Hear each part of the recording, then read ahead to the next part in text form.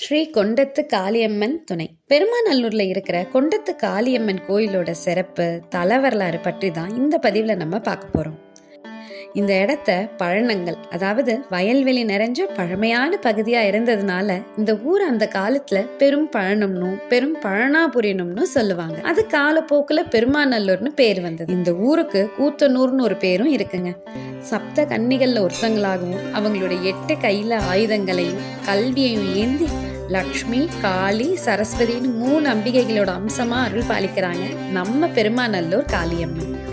இந்த பகுதியை சேர மன்னர்கள் ஆண்ட போது போர்ல வெற்றி மட்டுமே கிடைக்கணும்னு அவங்க குருநாதர் கிட்ட ஆலோசனை கேட்டாங்க.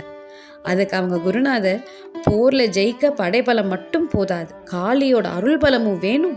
அதனால காளிக்கு கோயில் எழுப்பி களப்பலி கொடுத்தா சுலபமா ஜெயிச்சிடலாம்னு அவங்க குருநாதர் சொல்ல, அதுபடியே அந்த சேர மன்னன் பெருமாநல்லூர் காளிக்கு தனியா கோயில் ஒண்ணு கட்டுனாங்க. அப்புறம் அவங்க ஒவ்வொரு முறை போருக்கு கிளம்புறதுக்கு முன்னாடியும் பெருமாநல்லூர் காளியை கும்பிட்டு பெரிய கொண்டம் ஒன்று வளர்த்தி அதுல ஒரு வீரரை பலி கொடுத்துட்டு போகிறத அவங்க வழக்கமா வச்சிருந்தாங்க. கொங்கு நாட்டு கிராம தேவதை கோயில்கள்லயே ரொம்ப நீளமான அக்னி கொண்டம் இருக்கிறது நம்ம பெருமாநல்லூர் காளியம்மனுக்கு தான். அதனாலதான் இவங்களுக்கு கொண்டத்து காளியம்மன்னு பேரு வந்துச்சுங்க.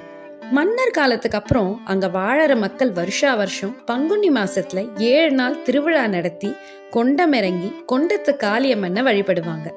இந்த பகுதியை வெள்ளையர்கள் ஆண்ட போது கொண்டம் இறங்கும் திருவிழாவுக்கு தடை விதிச்சாங்க. அந்த தடையை மீறி பக்தர்கள் எல்லாம் கொண்டம் இறங்க போன போது அந்த வெள்ளக்காரத்துறை பக்தர்கள் கொண்டத்துல இறங்க முடியாதபடி அதுல அரக்க ஊத்துனாங்க. இதனால மனம் கலங்கி காளியம்மனை துதி செஞ்சுட்டு அந்த கொண்டத்தையே சுத்தி நின்ன அந்த பக்தர்கள் எல்லாம் பார்க்க, அதிசயமா அந்த கூட்டத்துக்கு நடுவுல ஒரு பன்னி புகுந்து கொண்டத்துல இறங்கி ஓடி திருவிழாவை ஆரம்பிச்சு வச்சுது. இதை பார்த்த அதிர்ச்சியில அந்த வெள்ளக்காரத்துறைக்கு கண் பார்வை மங்கிடுச்சு.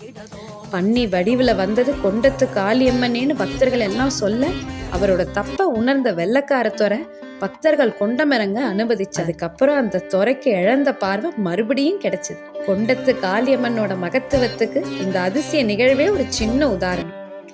இப்பவும் பக்தர்கள் கொண்டம் இறங்குறது, தீச்சிட்டி, பால் குடம் எடுக்கிறது, அங்க பிரதட்சணம் செய்யறது, கொண்டத்துல உப்பு, மிளகு, கரும்பு போடுறது, அப்புறம் தோல் நோய் தீர காளியோட சிங்க வாகனத்துல வெத்தலை, பாக்கி எல்லாம் வச்சு வணங்கி வழிபடுறாங்க. பேர்பட்டுள்ள சிறப்பு வாய்ந்த இந்த கொண்டத்து காளியம்மன் ஆன்மீக பற்றுள்ள நம்முடைய 500 குலத்துல ஒரு பிரிவுக்கு குலதெய்வங்க. காலங்காலமா பங்குனி மாசம் கொண்டத்து திருவிழாவில முதல் அபிஷேகம் செய்யும் உரிமையும் நமக்கு இருக்கு.